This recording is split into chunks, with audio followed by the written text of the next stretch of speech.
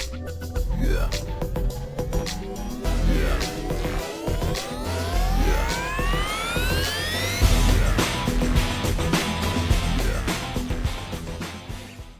All right, everybody. Welcome to another episode of In the Corner with the Cornerman, Ryan the Mighty Quinn, and Dean Thomas, UFC analyst. How you doing, sir? Thank you so much for coming on. Man, thank you for having me, man. I appreciate you. And first, let me start off by saying I'm proud of you and I want to congratulate you for taking the steps to starting your own project. And this is amazing. And anything I can do to support that, I got you. I appreciate that, man, really. And honestly, I remember and anyone's watching this, please go back and watch my first videos. I only did that. I was doing after workouts and stuff. And it wasn't until you're like, Ryan, just do it, just do it, just do it. And I'm like, screw it. I'm just gonna do it. And I remember telling you I really like doing it after workouts because I felt more organic because I didn't think about things. I still don't really write anything down. Sometimes I regret that. I really don't though, because I like the organic conversation. And I really thank you. I know I always text you randomly pretty much daily, just asking you for advice on things and how to go about it. So really, it really means a lot that you're saying that.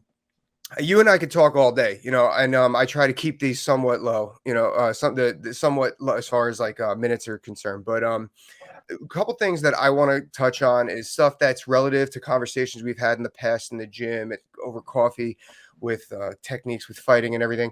But another thing I want to talk about is stuff that you like to see. So we got a really big UFC coming up this weekend with UFC 273. I don't really know if it constitutes as a tentpole event, although it's definitely the biggest event as far as talent's concerned this year.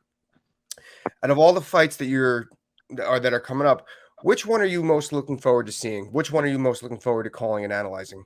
I think I'm most looking forward to seeing Piotr Jan and Aljamain Sterling. Yeah. Um, I think the underlying beef in that has gotten my interest. Mm-hmm. Obviously, everybody wants to see Hamzat, but he's gonna his that's gonna unfold the way it unfolds. But I think there's more implications to the Piotr Jan Aljamain Sterling fight, being that the title's on the line. This fight has been brewing for over a year now, and that's the one right there, man. I think that fight is money. I agree, man. Then there's a lot that could happen in that fight. That fight can go many different directions. I'm not just talking winning, losing. I'm talking wrestling, striking, grappling. Like a lot could happen there. So I got to be with you. I got to be with you on that. That's the fight I'm looking forward to the most. That's the fight that sticks out. A lot of good fights on the undercard too. I know Tisha's fighting Mackenzie Dern, and Raquel is fighting Aspen Ladd. I think those are two good fights as well. And Hamzat Makhachev or Chimiev. Which one is it? What's his last Chima, name? Yeah, Chima. that's going to be good too. I think that it's going to be interesting to see Burns use his grappling in that, or how he's going to use his grappling in that, or if Hamzat's just going to nullify it. So that being said, now you and we always talked about what we'd like to see more of with our fighters. Now that you're on you're analyzing at the highest level, you're for lack of a better word, you're paid to criticize, but you got to say Yeah. they always ask you, and they always throw it on you, Dean. What does he need to do? It's like, oh, but so what would you like to, as a whole? Let's put all the fighters on an umbrella, under an umbrella. What would you like to see fighters doing more of in the game today at the highest level? At the highest level, I think I would like to see better discernment. And when I say better discernment, I mean in terms of technique, choosing the right techniques for the right times. Oftentimes, like when you see a guy get taken down, everybody's first instinct is to say, all right, get up. He's got to use wrestling to get up. And to me, that is a problem because I think that you should be using jujitsu to create the space to get up. But guys aren't discerning that. What they're doing is they're pushing and pushing and pushing as opposed to making it easy for themselves and using jiu-jitsu create space. Now you have the space to get up. Or using strikes, discernment, using strikes in order to set up your submissions.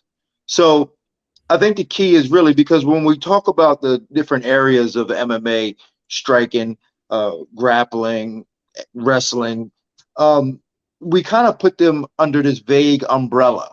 And but and then we mix them together. But at the same time, we have to be better in how we discern and utilize those techniques and go, all right, when it's time to use a grappling technique, I'm using a grappling technique. When it's time to use a striking technique, I'm using a striking technique.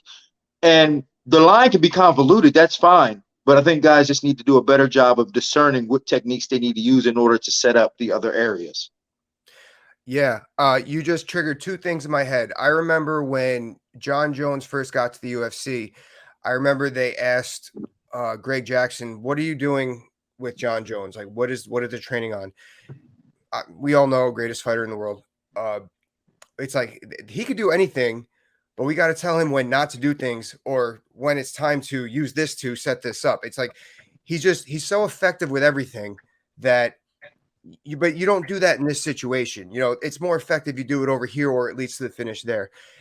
You also said to me one time, I remember when we were training, I remember it was right before I went to Russia. You said, Ryan, why don't you use your grappling more? And I said, I got a punch.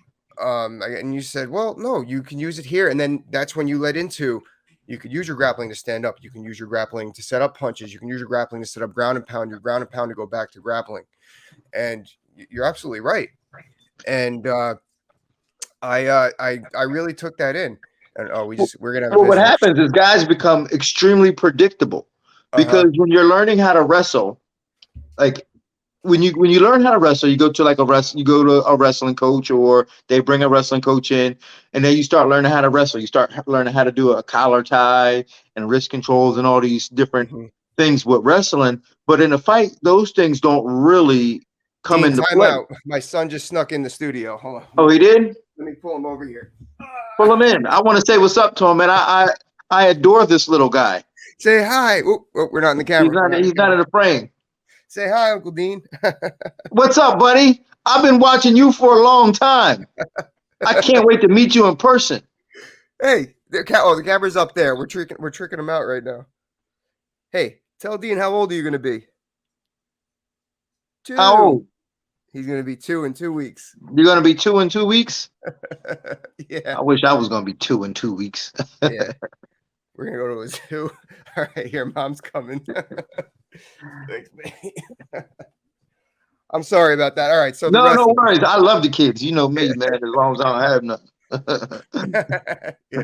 um, I can't even remember what I was saying. I'm so brain dead about what I was We're talking talking about. about learning how to wrestling, and like when I Yeah, said, so you learn and then when you're talking about striking, like you're learning how to strike from a striking perspective, and that's good sometimes. But the reality is that MMA is to the point now where the most successful stuff is executed using other elements to get there. So yeah, like if I want to get to a takedown, I'm not going to use your basic tap or snap down tie-ups that you learn in wrestling. I have to learn how to strike properly. And then in order to learn how to strike properly, it can come from a wrestling stance. So it's just you have to really learn how to use the other elements better and discern when to use them other elements in order to get what you want, to get what you really truly want. yeah. It's funny you say that, like, especially because, like you said, you can't. The collar ties. First of all, they don't even call it a tie up in MMA. They call it a clinch. You can't do that in MMA, mostly because you're so stand up. Some of the good wrestlers, like Daniel Cormier, is able to do it. He was able to get that front headlock, but that's a lot of work. Um, I think that I was so effective with takedowns and offensive wrestling in my career, because I'm short, so like it's easy for me to drop the level.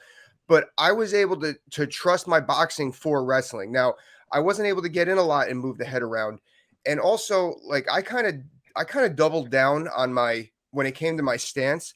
I put myself because I was so comfortable with my wrestling. I was so confident in it that I was like, man, I gotta for defensive purposes, I'm gonna put more of a boxing stance in because I feel like that strengthened my boxing, my striking a little bit. Because I could always go back to my wrestling. I've been wrestling my whole life. Now, also, it's funny you bring up the wrestling. I was listening to what is it, weighing in with Big John McCarthy and Josh Thompson, and they kind of brought up something that's true, but it doesn't have to be true. They said, "Oh, the thing shooting from the outside and taking people down off the cage, that's a thing of the past. It doesn't happen anymore." Um, that is true. I mean, actually, I think that you can count, this coming UFC, you might be able to count one or two of those up and down the whole card. I don't think it needs to be that way though. I think that that's just the way the game is, because I know when I was training with fighters, or like fit like a Waylon Low when I fought him. Actually, I didn't take Waylon down, so that's a horrible expression. But I like, remember that fight too. yeah, yeah. So do I. So does my nose. You can see. Yeah. But anyway, I found when I was fighting guys who were better wrestling, or training with guys who were better wrestling, we got to rely on something else. Where else am I better than, like against a lot of these better wrestlers? Sometimes I had the upper edge of my jab, not even, okay, man, he's going to beat me in boxing, but I got my jab, I got my stance. So what would I do is I would try to get them to exchange and open up on their punches, and I would shoot under those punches that they were throwing. And normally out of that was the takedown off the cage. I think that fighters need to be aware of that too. Like, this is why you need to be good elsewhere, because you're going to be out of your element sometimes. What do you think about that? So yeah, for sure. I want to address one thing that you said about things that used to work that didn't work. Let me explain this to people, because a lot of times we get caught up in these trends that do work and they don't work. So now, because it didn't work before, we think it doesn't work. If something used to work, it still works. You know what I'm saying? Especially in terms of a finish. An armbar is an armbar, regardless. If you set it up properly, it's still going to work. The problem is the setups have gotten sloppy for everything. So the reality is that if it used to work, it still works. It's just guys aren't using it properly, and so then that's part of a fallout trend that we're no longer using. But in terms of what you were saying, for sure, I was just in a Little Rock the other day, and I was talking to Bryce Mitchell's people, and they were talking about his game and how he's never wrestled before. He just came in and did jiu-jitsu. He's never boxed before, but he's got this ability to be able to shoot and make it look like a punch, or punch and make it look like a shot. And you don't really know which way it's coming, which is the reason why he was 4 for 4 on takedowns against Edson Barboza. Barboza never really saw it coming. Now, to put that in context, Bryce Mitchell was 4 for 4 in takedowns against Barboza. Khabib was 3 for 12. But the reality is, and is Bryce Mitchell a better wrestler than Khabib? Probably not. But for whatever reason, the way he set up his shots made him much more effective. And that was because he's able to disguise that shot behind that punch and make it look like a punch. So when a guy is prepared for a punch, it turns into a shot.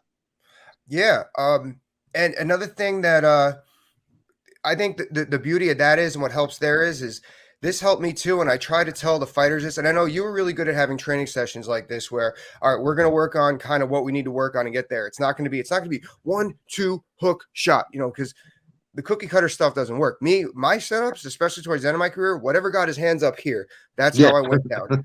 And I think that a lot of people get lost with that as well, and I was going somewhere with that, where I think that's what Bryce Mitchell does really well, is he knows that it's just, he needs to see the little inch to go low. And and Khabib is just, I mean, and it obviously, I don't want to knock the greatest of all time, but I think that because he's so driven, that it's able for someone like Edson Barboza, who has really strong hips, to create that little angle and create some space. Oh yeah, I mean, yeah, and I don't mean to take that away from anything away from Khabib. I mean, he's one of the best to ever do it. But but but just to add on to what you were saying, like, the funny thing is that oftentimes we attribute the success to the wrong thing. We don't set what is truly responsible for the success of what guys have. You look at Bryce Mitchell and you go, oh, his success is due to what? I think his success is due to the ability that he's able to make that transition look so smooth. It's not his wrestling is better than anybody else's. It's not his striking is better than anybody else's. So like, we sometimes, if we see somebody like Bryce, we go, oh, we got to worry about the wrestling. The reality is that might not help you, because like, he's so good. Because once you start worrying about that, he's so good about discerning what technique he needs to use when he knows he got you biting on the wrong thing. So, we just may have to make sure that we make everything attributed and accountable to the appropriate thing. Yeah. One thing that I think is This is another reason why I started going to more of a boxing stance, because I feel like single leg finishes is a lost art in MMA. I feel that people could use it a lot more now. It's like if I have that single leg, I'm just going to jack him against the cage to a double leg. One person that I love seeing, he has a great single leg finish, is Johnny Eblin. The way he runs the pipe is very efficient. It's very safe. I wish fighters would start to do that a little more again, or go double leg to single leg, or like a crackdown. For those of you who are familiar with, go pretend you're driving against the fence and then crack them down. I would like to see more of that. I mean, correct me if I'm wrong, I don't really ever see single leg finishes anymore, like clean Well, single leg finishes. because I think it comes down to guys are taking bad shots anyway, so they're Mhm. just trying to take shots, and it's just easy to like try to reach around and grab, and it's not very technical or very specific. Now when you talk about that single legs, so this is one thing I noticed, and I was talking about attributing to the right, attributing to the right was accountable for. Mhm. um what I've realized is that guys who are able to lock their hands on their shots have a tendency to finish more. Yeah. Their ratio of finishing is a lot higher. So Mhm. how can you lock your hands? It's easier to lock your hands on a single leg than a double leg, because on a double leg you're out here. Single legs Mhm. you're here. So by going for the single leg, you have a much better chance of finishing the shot, or at least transitioning to a better shot. But guys are not using it because they're taking bad shots and just trying to like grab a guy and get a hold of him any way they can, as opposed to being specific and focusing on locking their hands on the shot. Yep. And that just takes time. That just takes repetition. You and I could talk about that blue in the face. We would talk to fighters about it, specifically the amateurs blue in the face. You just got to see what works for you. Where is that angle? Where do you use that efficiency?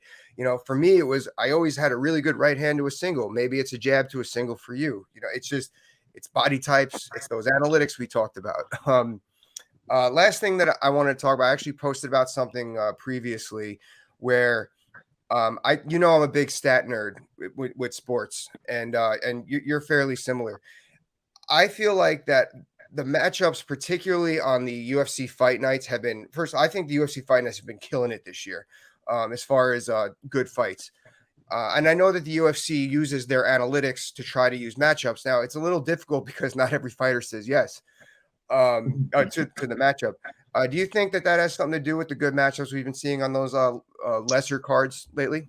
Yeah, I think so. I mean, everything that they do, I mean, they have chips in the gloves to measure punching power and punching speed and rate and so on and so Right. forth. And everything that the UFC does is extremely calculated in terms of how, like, between cutting fighters or moving them up, or certain matchups. So it's important. So, when we're seeing these matchups, man, we're not seeing it on accident. The only time we see a matchup on accident is like a short notice fight Mm, or whatever. And sometimes you'll even see, if a fight drops, they may even just pull the guy off the card if another fight doesn't make sense.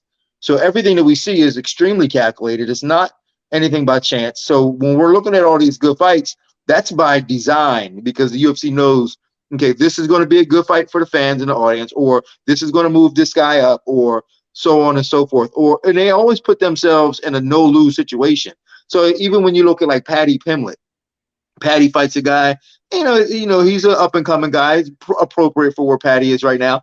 But if Patty loses, you got a Mexican star.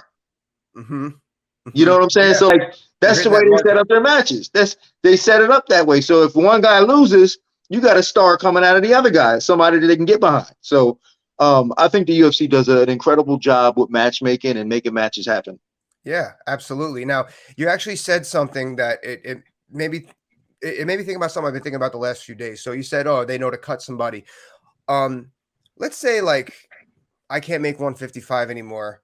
Do I just tell the UFC I'm fighting 170 now? Now, like I feel like it shouldn't be that easy. Like if I'm slowing down later in my career as a cornerback in football, I'm not just going to go on my team. I'm going to start at safety now.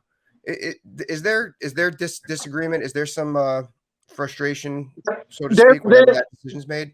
you can have a little bit of a leverage like that depending on who you are. Like if you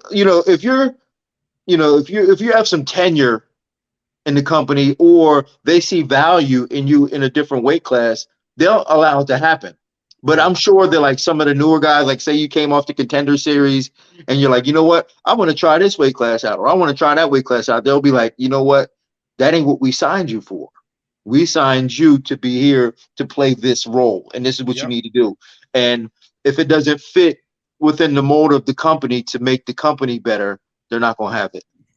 Yeah, I mean, I know personally, like, I got 2 minute last minute calls for the UFC for 155. It was last minute for me at 155 was no good. I know that I wasn't telling the UFC, no, you got to call me for 170 last minute. Yeah, Um, it it just doesn't work that way. no, It it just, doesn't work that way. or and I didn't even offer it. I got the email from Sean Shelby. No, but if you got a 70-pound fight next week, like it don't work that way. But And they uh, don't get and they don't call back again often too, man. So like no, that's why. So if you're a young fighter out there listening to this, stay yeah. in shape for with your career. Stay in shape because if you get a call, man, they don't call back again if you say no. Yeah, otherwise you're going to be trying a podcast in the corner of your guest bedroom. Or unless they're looking for an opponent for Umar Nurmagomedov Yeah. on short notice. So, that's all we got, Dean.